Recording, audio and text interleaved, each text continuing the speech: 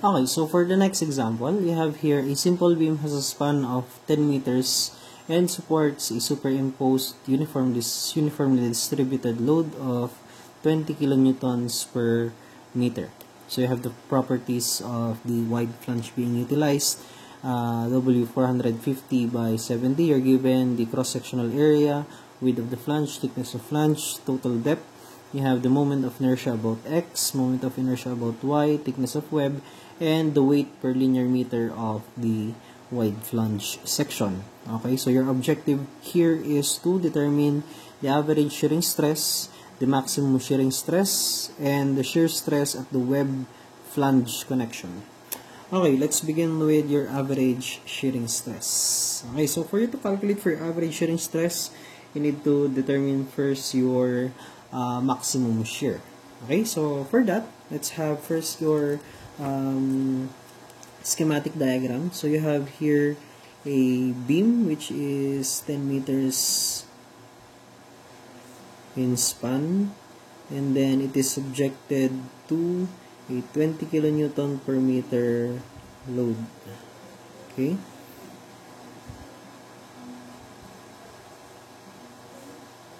You have here loading to be 20 kilonewtons per meter over a span of 10 meters. Okay? Next, so for you to attain your maximum shear, you should take note that this particular loading is only your superimposed load, meaning this is the load which was superimposed or which was placed over your beam. You should take into consideration also that the beam is also carrying its self-weight. Okay? So for you to calculate for your maximum shear, you need to include your self-weight in your loading. Okay? So with that, you would have here your total load. Let's denote that as W. Total load would be equal to your superimposed load, that would be 20 kilonewton per meter. Okay, let's place the unit, kilonewton per meter, and then plus you have 70 kilograms per meter, Okay, multiply that by 9.81 meters per second square. What is that for? That is for you to convert this one to Newton, divided by 1,000. Okay, that is 1,000. Okay, newtons. For you to have a 1 kilonewton, 1,000 newton is to 1 kilonewton. I think I don't have to write that anymore. Okay, so with that, you have here now your uniform total load to be 20.6867, that is in kilonewton per meter. Okay, next, maximum shear. It's either you can either draw your shear diagram or just rely on the formulas which were derived in strength of materials. Okay, so maximum shear, that would be WL over 2. Okay, so in this case, you would have here maximum shear to be equal to 20.6867 times the span, 10 meters, all over 2. Okay, so you will be having a maximum shear equivalent to 103.4335 kilonewtons. Okay, so with that, you can now have your average shearing stress, FB average, to be equal to V over depth times thickness of web. Okay, next, so you would have here now FB average is equal to 103.4335 times 10 raised to 3, converting that to Newton, divided by, you have your total depth to be 450 mm times thickness of web, that is 10 mm. So you will be getting a value for your average shearing stress of 22.99. That is in newtons per mm square, or 22.99 megapascal. Okay, next is to calculate for your average shearing stress. maximum shearing stress rather. Maximum shearing stress again is FV maximum is calculated as V times Q over I times B. Okay? So, in this case, since your if your beam is subjected in this particular loading, usually the default orientation of your beam is if you take a section, okay, if you take the section, usually that section looks something like this, okay.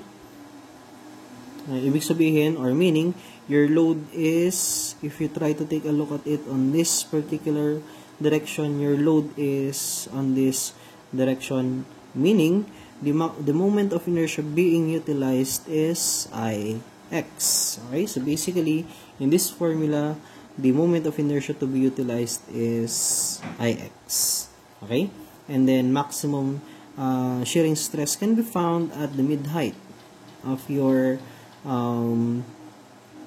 steel section. Therefore, your B here would be the thickness of web steel. Okay, next is Q. You're not given the value of Q in this particular example, so therefore you're required to calculate for Q. Okay, Q would be the moment of the area above the neutral axis, since the section being considered is at the mid-height. Okay, so try to draw half of the beam section. Okay, let's place your dimensions. For your dimensions, you have your BF to be 150. Your thickness of flange is 15. Thickness of web is thickness of web, that is 10 mm. And then from the flange, extreme fiber of the flange to the mid height of the section, that is the mid height of the section, that one is 225. Basically half of 450. Okay, so calculating now for Q, I have already divided this one into two regular geometries, or two regular polygons. So you would have here now Q is equivalent to, starting with the first one. Okay, so for the first one, let's have a color coding for that one. For the first one, you would have there, taking note of or calculating first for the area, that would be 150 times 15. Okay, and then lever arm with respect to the neutral axis, that would be 225 minus mid height of 15, that is 7.5.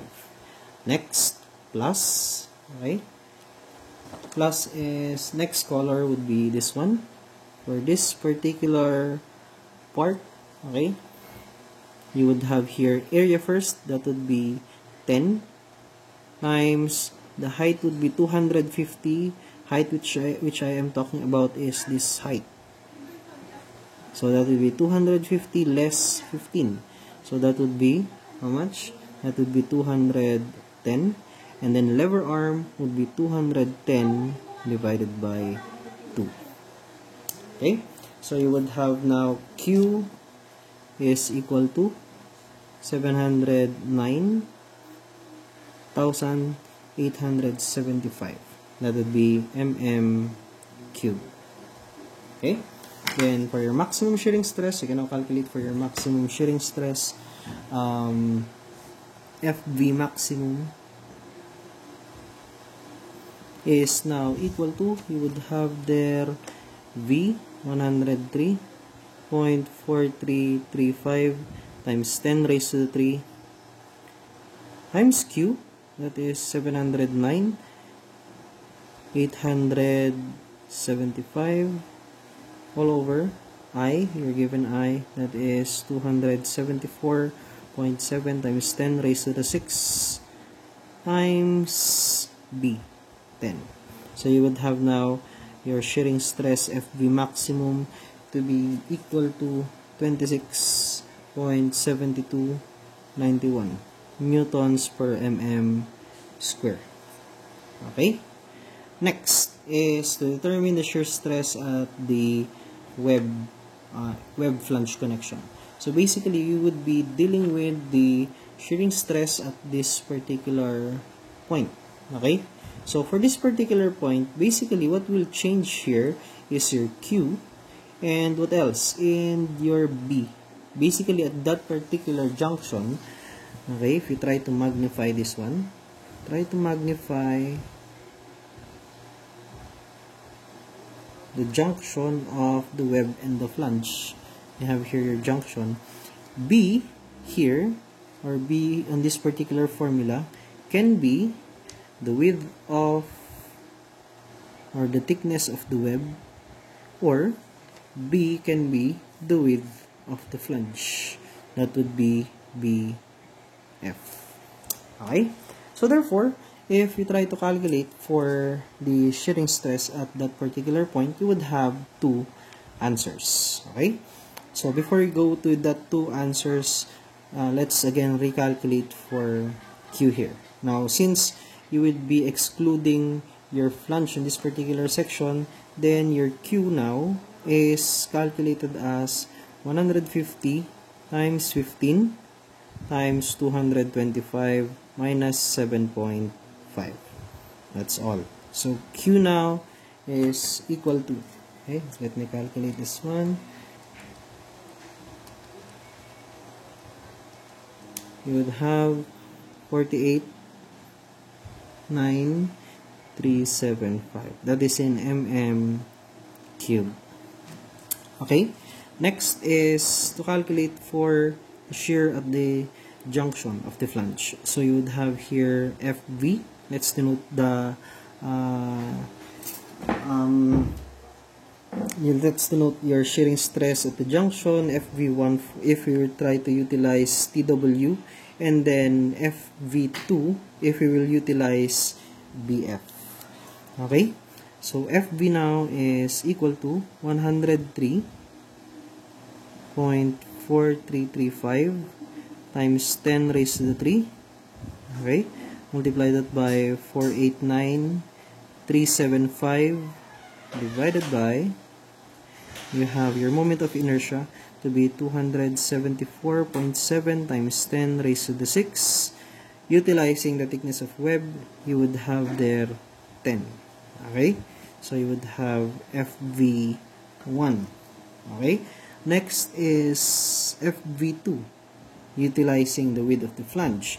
So you would have here 103.4335 times 10 raised to the 3. Multiply that by 489,375 all over. You have 274.7 times 10 raised to the 6 times BF, that is 150. Okay, so you have here FV2. Okay? Okay, so let's calculate for that one. So you have here,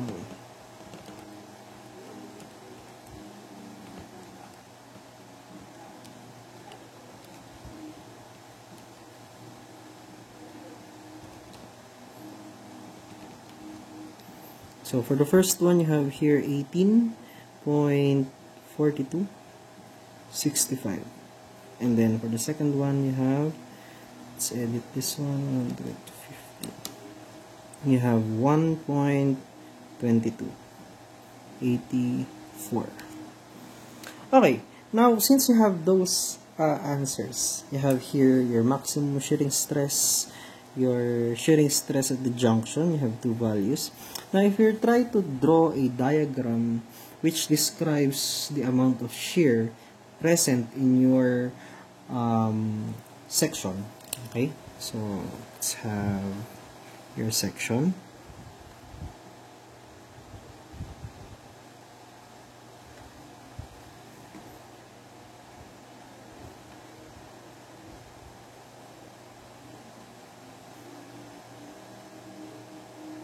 Okay, so let's say that one is your section. Let's represent your shear with this colored pen.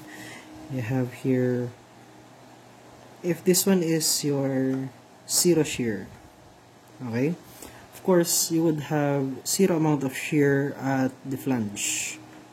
Okay, Y. Basically, if you try to analyze your formula, again, you would have here maximum shear times Q. Q here for the extremities would be equal to 0 since you have a thickness which is approaching 0. So basically, you would have a shear stress equal to 0 at your extreme fiber of the flange. Next, the shear stress at this point is basically FV2 and FV1. FV2 has a value of 1.22, so that is 1.2284. Same is true with that one, that is 1.2284. And then after that, a little bit lower or a little bit higher in this case, you would have 18. Okay, so you have here 18.4265, and then you also have here 18.4265.